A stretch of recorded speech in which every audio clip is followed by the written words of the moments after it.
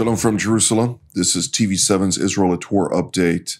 And as we continue to deliberate the various developments both here in Israel and throughout the region, it's always important to remember that 139 days ago, the Islamist terror groups from the Hamas-plagued Gaza Strip launched an onslaught on southern Israel, declaring war by perpetrating a massacre, murdering some 1,200 mostly civilians, wounding over 4,800 others, and kidnapping 246 people, including entire families, men, women, elderly, children, and infants. 134 of them remain in Hamas captivity to date. Let's now turn to our TV7 editor-at-large, Mr. Amir Oren. Amir, what can you update us with on the latest? So it seems that the title multi-sector war or multi-front war was never more adequate, because we have had at least 4 fronts in which there were events over the last several hours, from yesterday until later today. One of the fronts, I'm sure we have Brigadier General Doron Gavish, he will expand on it, was Eilat, Israel's southernmost city, where an arrow battery successfully intercepted a missile fired by the Houthis from perhaps 2,000 kilometers away. Then, if you go all the way north to the Lebanese border, to the village of Kfar Yuval, Hezbollah fired an anti-tank guided missile into a house there. In Gaza, in northern Gaza, in Gaza City, one of the neighborhoods of Zaytun, which was supposedly already cleared by the IDF many weeks ago, it turned out that several dozen Hamas fighters either remained there or managed to penetrate going back from other parts of the street. And one of the IDF's divisions, Division 162, fought with them, killing, again, dozens of Hamas fighters and capturing others. But the major story of the day comes from the West Bank, in the vicinity of the city of Ma'ale Adumim, where 3 terrorists, whose affiliation is still under scrutiny, opened fire on vehicles not far from a checkpost, killing at least 1 Israeli and wounding 8 others. So take it all together, and you have the set of problems that Israel is facing daily. Indeed. With regard to your latter remark, unfortunately, there are 2 other Israeli civilians that are currently in critical condition, and therefore we will, of course, pray for their speedy recovery. Nonetheless, let's turn to the commander of the Israeli Air Force Task Force for Air and Missile Defense, namely Brigadier General in Reserve Doron Gavish. It's good to see you, General. I'd like to ask you, particularly initially, on the interception above the skies of Eilat. We saw a rocket alert siren, which caused many of the residents of the city, as well as a city that hosts also many of the residents of the Gaza periphery communities that were under attack on October 7th, scrambled to nearby bomb shelters. Thankfully, no injuries were reported. Nonetheless, as mentioned, the interception yet again by an arrow system. Well, indeed, Jonathan, and it is close to 10 events that we had coming from the Red Sea, and all of them were intercepted by the Arrow unit operated by the Israeli Air Defense Warriors. And indeed, this is once again, we said it, that we exposed the capabilities of this system for the first time operationally during this war. But we see here the application basically of the multi-tier system defense of Israel. We saw the Iron Dome, the David Sling operating quite often during this war, but again and again now we are also exposed to those capabilities. And as you mentioned, it is coming from far away. And when we are talking about deterrence, those capabilities are relevant for also other, let's put it, threats that could come from the east. And I'm sure that everyone that sees the Arrow success against those missiles understands that it would be challenging to, I would say, to shoot missiles toward Israel because the defense is quite effective. So I think that this interception, it is important first, of course, operationally, because it was threatening the city of Eilat, but it is also important for the deterrence of Israel. And we always say that when it comes to the rockets and the missiles, the doctrine is to fight in 4 pillars. One of them is the attack, the other one is the alert, and the third one is the passive defense and the active defense. And once the defense is working as it should, then you could do much easier, let's put it this way, what you need to do in the offense. So the doctrine is quite working, and I'm sure that those that need to look at it and understand what would happen if they would try to shoot missiles toward Israel are also understanding this message. Thank you, General Gavish. Let's now turn to retired Colonel Dr. Eran Lerman, formerly the Deputy Director of Israel's National Security Council, and a long list of different positions, including TV7's co-host at the Middle East Review, the editor-in-chief of Jerusalem Strategic Tribune, and so on and so forth. We won't go through everything, Dr. Lerman. Nonetheless, it's good to see you. I'd like to ask you particularly, Mr. Oren mentioned a multi-sector war that is quite evident. People need to understand there is a multi-sector war currently in separate intensities. So if we're talking about higher intensity in Gaza, somewhat under that is currently also in Lebanon, but we're also seeing in the so-called West Bank districts, Judea, Samaria, the Jordan Valley, there is an ongoing operation, the extension of Operation Wavebreaker that began already in 2018 and is prolonged every time by several months and has been also already going on for a couple of years. But nonetheless, if we really look at the broad sense of things and the various challenges at hand, can Israel contend with a high-intensity, multi-sector war at such a moment in time? Well, it can, if it has to. The preference is clearly to break this into components and deal with, as you said, with different levels of intensity with the different challenges. In fact, in Gaza, the situation is already changing. This is no longer the high-intensity conquest campaign that was necessary to uproot Hamas from most of the territory. Even in Khan Yunis, it is by now more in the nature of a mopping up operation and uncovering and destroying the underground infrastructure of Hamas in an area which is by and large under Israeli control at this stage. The only segment left is Rafah, and I have to offer the very careful speculation that it will not be as difficult as previous campaigns because Hamas is increasingly demoralized. We do see a much larger number of people surrendering rather than fighting to the finish. Nevertheless, even in Gaza, it's still intense. It's not as intense as it was in the first month.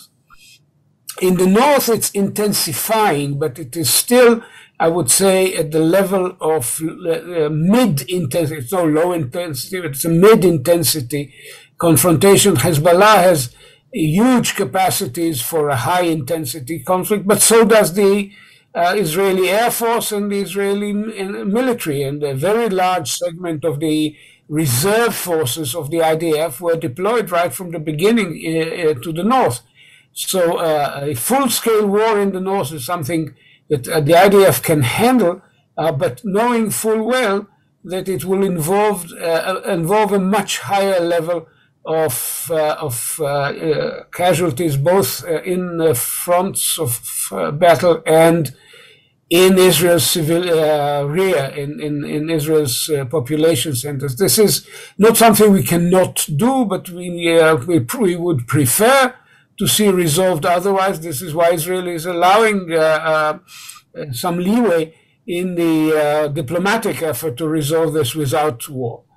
The West Bank situation is quite different. As you said, it's been going on. I would say Wavebreaker more or less dates back to early 22, and in some ways it's been going on for years and years.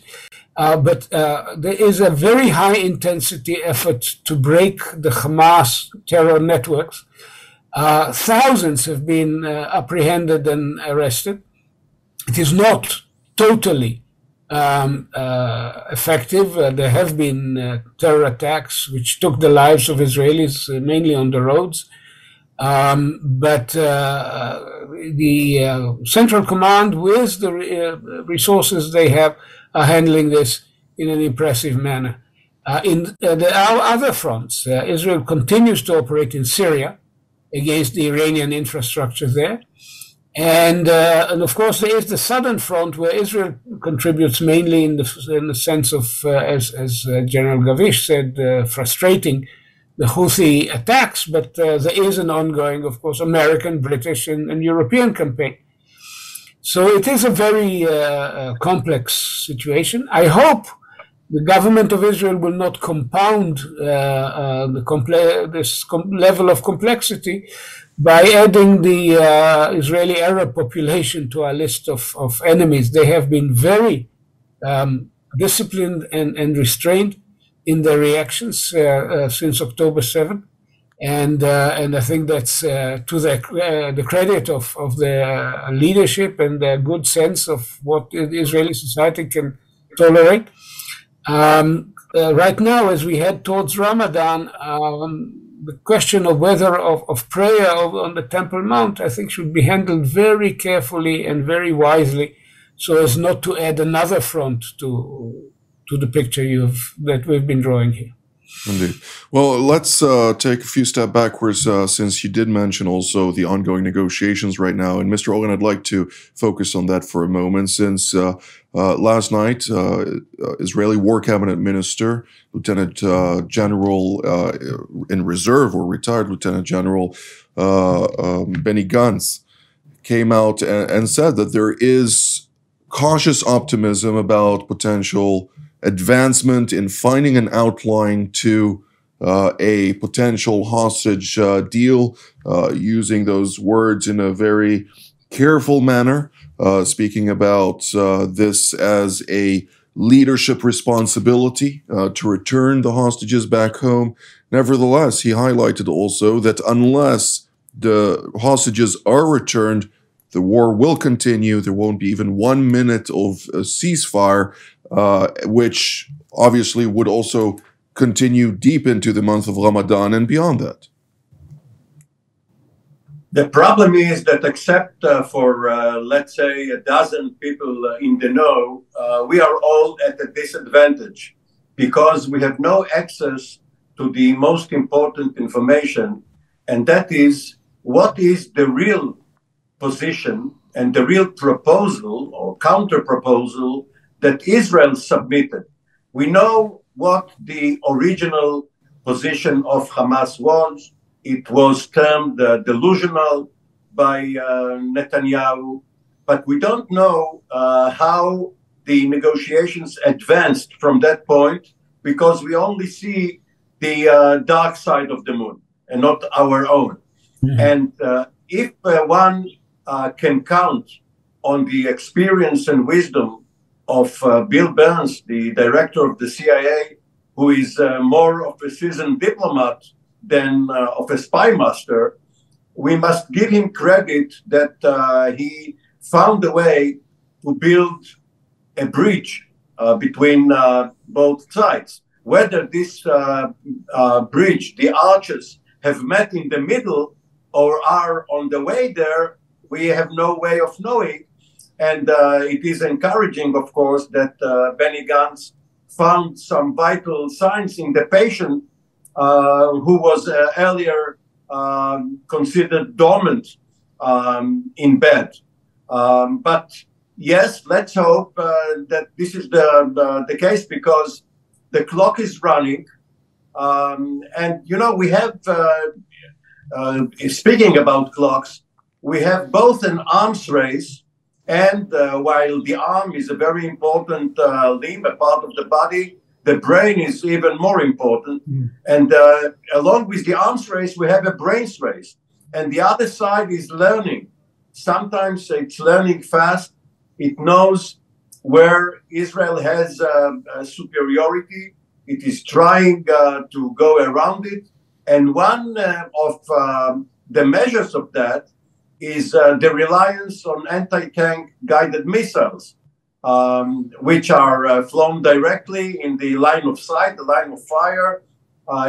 Iron Dome and the other air defense systems, which are tracking trajectories, cannot intercept it. Some of Israel's armored vehicles do have such systems, but you cannot put such a system called windbreaker on every building in every community. So obviously the Israeli defense industry and the R&D experts are feverishly trying to figure out some way to counter this menace. Of course, many people always ask, how is it that Israel is so innovative? Here is the reason. Survivability, the necessity to innovate in critical conditions. Nevertheless, I'd like to broaden the discussion to a regional aspect, since ultimately, General Gavish, when we're talking about the various complexities at hand, we can also focus right now on another theater, and that is the Red Sea. The Iranian proxy Ansar Allah, dominated by the Houthi tribe, continues to wreak havoc throughout all the waterways adjacent to the Red Sea, Bab el-Mandeb, and the other areas. How do you see this evolve, considering the fact that the European Union is now also sending vessels into the vicinity? We're seeing additional countries, including India, considering a response to various spillovers from this matter. Is this going to intensify to a point where the Houthis will reconsider their malign behavior? That's a very good question, Jonathan, but allow me just to elaborate in 1 minute on what was just mentioned by Amir. Please I think that we all have to understand that we are in a different situation now than being in a full-scale war. And the threat of anti-tank, by the way, it's not a new threat. This is something that is being in the military arena for years and years. But it is limited on his, in his range. It is not more than 8 kilometers, so it is relevant for something which is very close to the border. And the other thing that we have to remember that if we would be in a position of a full-scale war, we won't be only on the defensive. So it would be quite massive offensive, and the scale of military means, Israeli military means that are taking part on this war would be completely different. And this is one of the elements that probably would be taken care of. It is not 100%, never. By the way, same with the UAVs that we see here and there. We see some successes of UAVs that are penetrating the Israel air, but we have to remember that once again, the vast majority of them are being intercepted today, and probably it would be even more successful and effective if we would be in a full-scale war. But going back to your question, it is always the strategic question starts with Iran. And the question, we all know who is the one who's operating, who is the one who's behind the the Houthis, and the big question is the Iranian question and the decision of the international community to deal with Iran. But if we are scaling down to the Houthis and to the U.S. forces which are there in the coalition that we see that it's being enlarged, at least if we are looking at it from the Israeli point of view, this is probably what Israel would like that would happen there, because this is not only an issue for Israel, this is an international issue. Those are international waters. This is the way for Europe, and through the Suez Canal that is being threatened by them, it is affecting the global economy. So this is for sure something that the world needs to take care of. So I'm encouraged by the coalition that is being enlarged in this area. And again, the question is also the military strategy in this area. Is it international forces that are being in the defense, or do they have the capability to be effective also in the offense? Probably with the Houthis, both offense and defense are needed. We see that with the time in the last few weeks, there are some offensive operations, but probably with the coalition over there, and you were saying where it is going, we don't know where it is going, but I think the way that probably would be more effective is to apply those two military strategies in the defensive, but also in the offensive. I did contact the European Union for additional details about their task force in the Red Sea. I have yet to receive a response, but we will return with more details on that in our future updates. Dr. Lerman, I held some correspondence with a friend in the United States who's assumed various senior positions in government, and we exchanged thought, and he highlighted to me that unless Israel wins this war, and let's not be illuded about it. We all know this. This is not a war between Israel and Hamas. It's a war between Israel and Iran. And the Iranians are currently outmaneuvering the Western camp, unfortunately, due to a lack of will and a lack of policy, as was mentioned by Vice Admiral Brad Cooper, even though he, of course, did not point blaming fingers as to who is supposed to push that policy forward. But he highlighted to me, the friend in the U.S., that unless Israel wins, the ramifications to Europe, including migration, including many of the other challenges that are going to arise, are going to be so far-reaching that the Europeans are going to cry about the day after, so to speak. What is your opinion on this? Well, I've put this in an essay in Hebrew, which I hope to translate in the Jerusalem Institute for Strategy and Security. A surrender to Hamas demands to end the war prematurely, whether under the pressure of international opinion because of the very real suffering of people in Gaza, or because of Israeli societal sensitivity to the issue of the hostages, would have very far-reaching ramifications for Israeli security, for regional security, even for international stability. We have to look at Hamas and its operations, Hezbollah in its own way, the Houthis and others, not only as proxies of Iran, which some of them are allies, some of them are proxies of the Tehran regime, but also as part of the larger challenge that basically the arc of challenge that extends from the frontiers of the front of battle in Ukraine all the way to the East China Sea and back to our region. The challenge to what was once upon a time referred to as the free world, a term which I still think was valid then and is still valid now, could be greatly compounded if this war goes wrong and other frontiers learn a troubling lesson.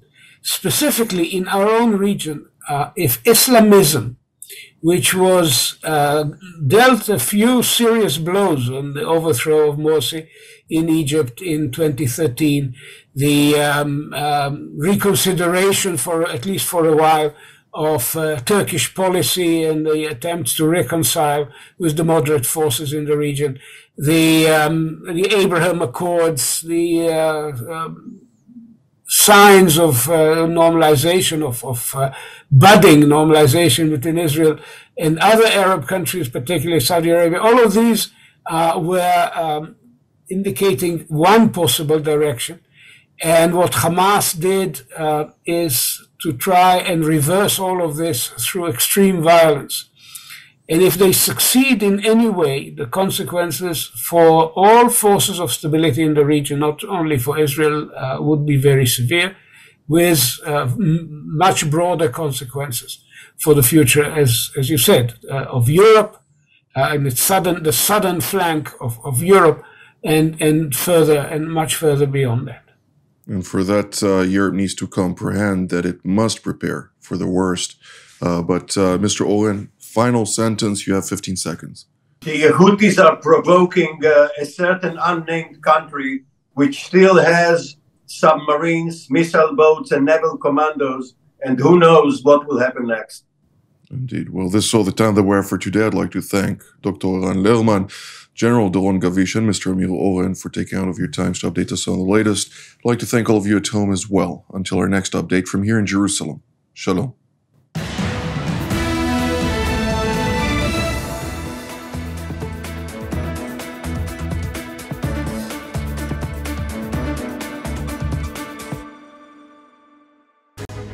My name is Eran Lerman. I used to be Deputy National Security Advisor to the Government of Israel, currently Vice President of the Jerusalem Institute for Strategy and Security, a think tank, and the editor of the Jerusalem Strategic Tribune.